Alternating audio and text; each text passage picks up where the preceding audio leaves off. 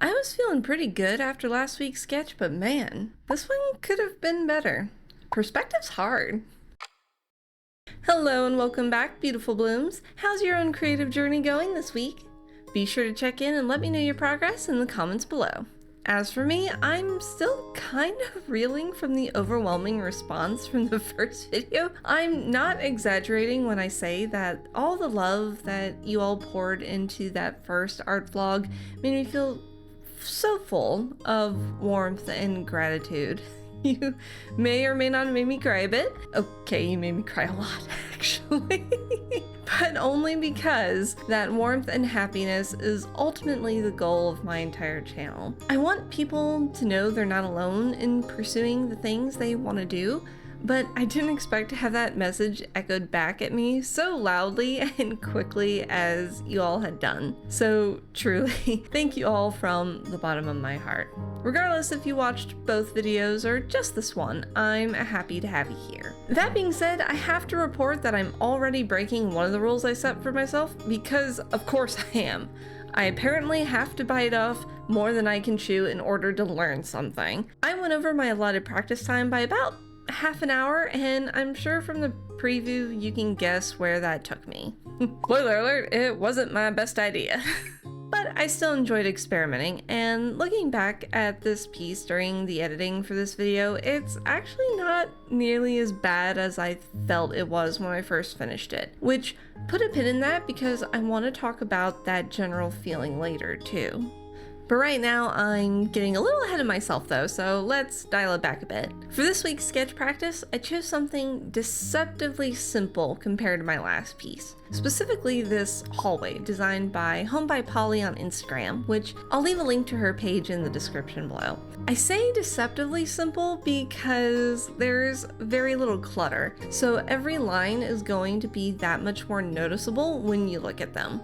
You ever hear the phrase simplicity is difficult? Yeah, that. That gets thrown a lot in creative circles precisely because of what I just said. The less details there are, the more noticeable what is there becomes. But that's exactly why it was perfect for targeted perspective practice, which is something I really want to focus on in the coming months. I want to understand perspective and get it right. But boy, did I underestimate it though. Like, in theory, I get it. Perspective's difficult because we're trying to interpret something inherently three-dimensional on a 2D plane. But in execution, I was really feeling myself after the last drawing turned out so well. So guess who got carried away and ended up skipping some important steps? For example, I didn't thumbnail my sketch first. I even wrote down in last week's notes that I really needed to start thumbnailing to help my sense of scale. And if you have no idea what I'm talking about, when I say thumbnail, I don't mean this. I mean the act of sketching out rough shapes before you dive into the full drawing. Thumbnailing is meant to help you figure out the composition of your piece. And in the case of perspective drawing, it's also to help you get a sense for your vanishing points and angles. Not everyone does it, but some friends of mine do, and they swear by it. So it's something I really want to incorporate into my habits. Because without thumbnailing, I spent way too long trying to measure out lines and redrawing them. Again. And again. And again. Just to get a sense of what was actually going on when I could have understood that much sooner if I had just thumbnailed it first. Particularly the angles for the two-tone paint edges along the walls really threw me for a loop, because I wasn't expecting them to be as steep as they actually are in the reference image. So lesson learned the hard way, because I'm apparently someone who has to screw up before something sticks. Now, remember when I said we'd put a pin in talking about how I felt while drawing this? We're gonna pluck that pin back out now and discuss it, because I was feeling a bit uncomfortable throughout this week's process, and that probably didn't help with the frustration that built over time while completing this sketch. For one, it just feels really weird to draw someone's house, which maybe I'm overthinking it? I don't know. Like, if I'm going to learn to draw interiors, then I have to look at interiors, which are going to be someone's house. That's no different than looking up references of people to practice portrait drawing. But this, to me, feels a lot more intimate. Our homes are the ultimate expression of who we are as people. All our treasures and tastes and memories are collected in our houses. So even though people like Polly willingly share those spaces with us, it still feels off to me, maybe even invasive, I don't know.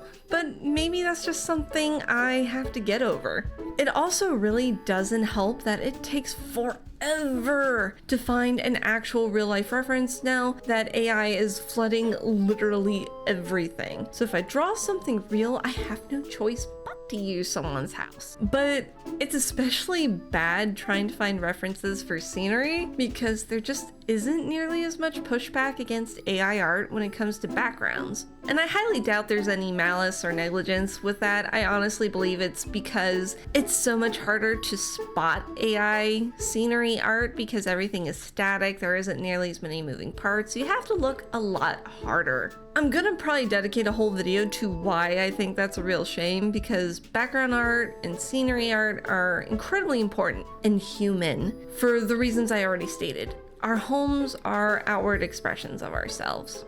But anyway, by the time I settled on this particular reference image, I was so fed up with scrolling and agonizing over each pic that caught my attention, and I really do think the annoyance I felt afterward bled into the drawing. One workaround I found after the session was Ethan Becker's video about using Google Earth to create your own references, which I would love to try this one day, but that only works for outdoor scenery as far as I'm aware of.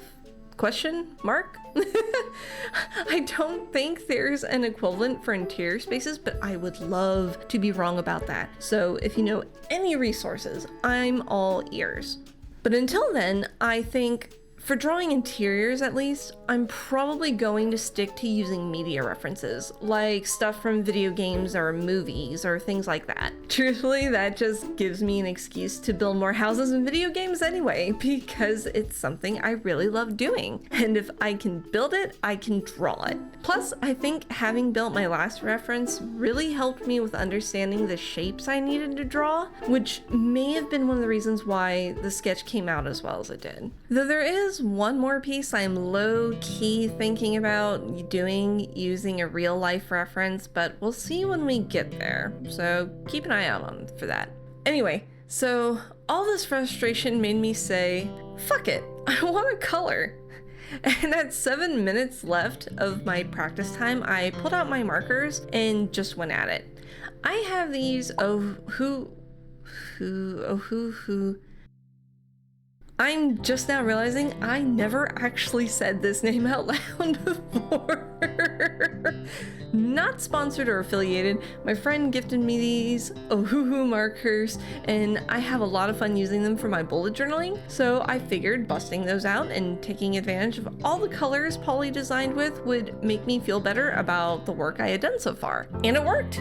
It was fun, but I definitely bit off more than I could chew. I kept layering colors to the point that I could feel the paper degrading through my brush. This sketchbook just was not made for this, and I kept trying to make it do something it was not built to do. Which, with hindsight being 2020, I should have known that this was a dumb idea, because one of my friends is literally a watercolor artist. She talks to me all the time about paper quality and pigment properties, and has for years. But no, apparently I have to do the thing before the knowledge sticks, so I did it anyway without even thinking about it. For 30 minutes. Which kind of sums up the entirety of this drawing, yet despite the frustrations surrounding it, I genuinely had a good time, and I'm glad I kept going until I found a stopping point. What I'm getting at is, it's okay to have an off day and make mistakes, especially while you're learning. What matters is we push through and learn from those mistakes for our next attempt. And now that I know that, for me at least, I should probably spend more time planning ahead before I start drawing. Regardless of all the bumps along the way, week 2 is in and done. And now that I'm looking at it with fresh eyes, it still came out kind of cute. At least I can still recognize what things are supposed to be, so that is a victory.